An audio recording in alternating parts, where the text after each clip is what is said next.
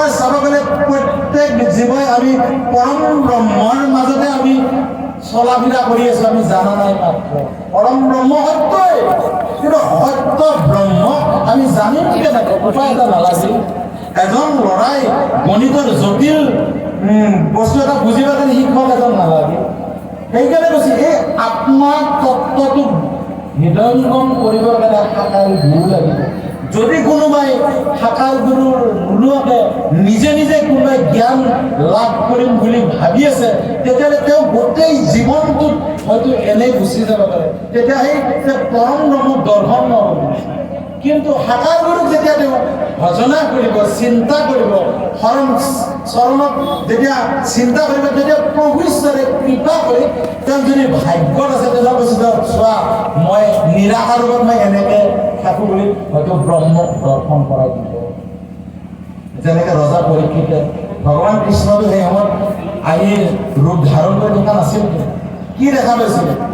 তেওঁ সেই ব্ৰহ্ম তত্ত্বটো অৰ্থাৎ ব্ৰহ্মক সাক্ষাৎ কৰিছিলে। ব্ৰহ্মই কৃষ্ণ, যি ব্ৰহ্ম ব্যাপক বুলি কৈছে, যাক বিষ্ণু বুলি কয়। শাস্ত্ৰত লিখা আছে ব্যাপক ব্ৰহ্মকে বিষ্ণু বোলে। গতিকে ব্যাপক ব্ৰহ্ম, আমি ব্যাপক ব্ৰহ্মৰ মাজত আছো, কিন্তু বিষ্ণুক কেনেকে জানে?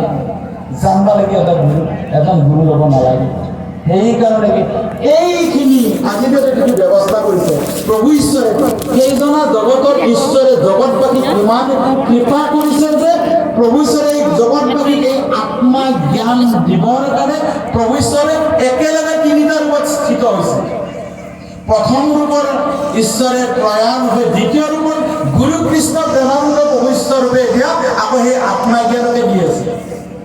আৰু ইয়াৰ পিছত গুৰু কৃষ্ণ ৰামানন্দ প্ৰভু ঈশ্বৰেও সেই আত্মা জ্ঞানকে দিব বুলিও এতিয়া প্ৰভু ঈশ্বৰে লাহে লাহে প্ৰকাশ কৰিছে।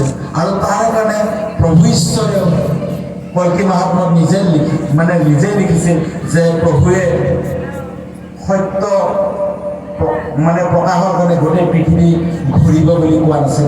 আজি সেইমতে প্ৰভু ঈশ্বৰে গৈও আছে। কিয় গৈ আছে? যে আজি আমেৰিকাত থকাজন আমাৰ দৰে একে মানুহ নহয় নেকি? লণ্ডনত থকাজন আমাৰ দৰে একে মানুহ নহয় নেকি? আমি যেনেকৈ জন্ম পাইছোঁ তেওঁলোকে সেনেকৈ জন্ম পাইছে।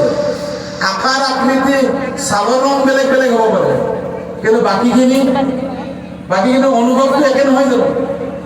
সেইকাৰণে চাওকচোন, এই চাৰিমুঠি জীৱক বিশেষত বুলি কৈছে প্ৰভু ঈশ্বৰে। তথাপি মনুষ্যক এই জ্ঞান দিবৰ কাৰণে প্ৰভু ঈশ্বৰে গোটেই জগতবাসীক আহ্বান কৰিছে। আৰু প্ৰভু নিজেই কৃপা কৰি আজি গোটেই পৃথিৱী ঘূৰি আছে। এই প্ৰভু ঈশ্বৰে ঘূৰি আহিলে সিদিনা, পৰহিদিনা আহিলে, 31 তাৰিখে আহিলে নেকি প্ৰভু ঈশ্বৰে। চাওকচোন, গতিকে ইয়াতে আমি বেলেগকে ভাবিব লগা আছে নেকি?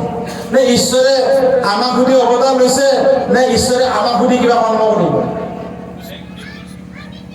ঈশ্বৰৰ ইচ্ছা, ঈশ্বৰৰ মনত যিটো আহে ইচ্ছা হয় সেইমতেহে কৰিব। আমাৰ তাত বেলেগকে ভাবাৰ লগে লগে আমাৰ অপৰাধ হয় মাত্ৰ। আমি অপৰাধ